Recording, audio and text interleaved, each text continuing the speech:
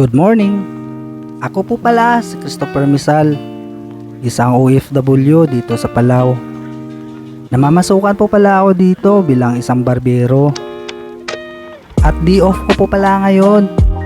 At napakaganda ng day off ko kasi birthday po pala ng aking kaibigan. Kaibigan kong kasama sa isang company na pinapasukan ko. Hindi pa ako nagdadalawang isip nung niyaya niya ako. Kasi papasyalan daw namin ang mga magagandang tourist spot dito sa Palau na tinatawag nila na Rock Island. Sa sobrang excited ko, napaisip kong gumawa nila ako ng vlog para maging memorable moment ko na lang rin. Ito na po pala ang unang spot na pinuntahan namin na tinatawag nila na Milky Way. Sobrang ganda talaga ng dagat dito, kaya hindi naiiwasan ng mga kasamahan ko na lumublob agad sa tubig kasi saglit lang naman daw kami dito kasi marami pa daw kaming spot na pupuntahan.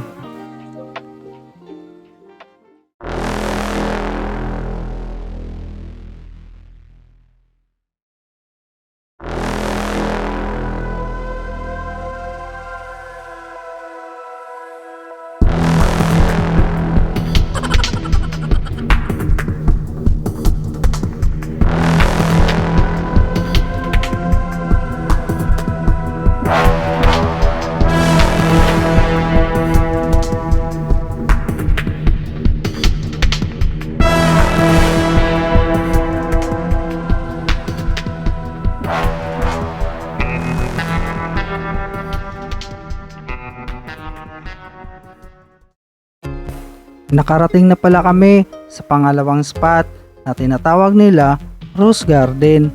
Pansamantala lang pala kami dito kasi didiretso daw muna kami sa final spot na tinatawag nila Shark City. Nakarating na pala kami, binaba na namin ang lahat ng mga gamit at syempre nauna ako, hindi ko na sila tinulungan, tamad ako eh.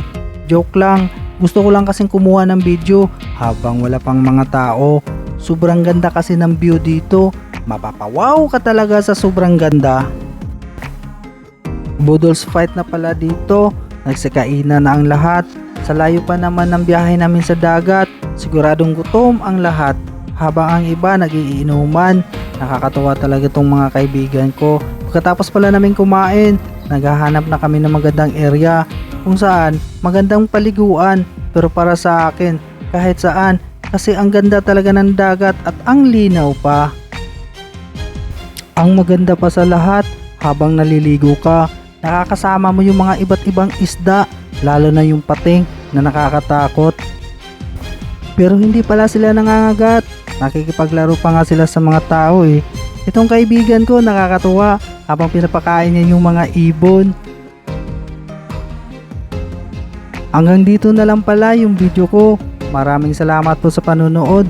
Sana nai-enjoy kayo sa video ko. Hanggang sa muli. Maraming salamat!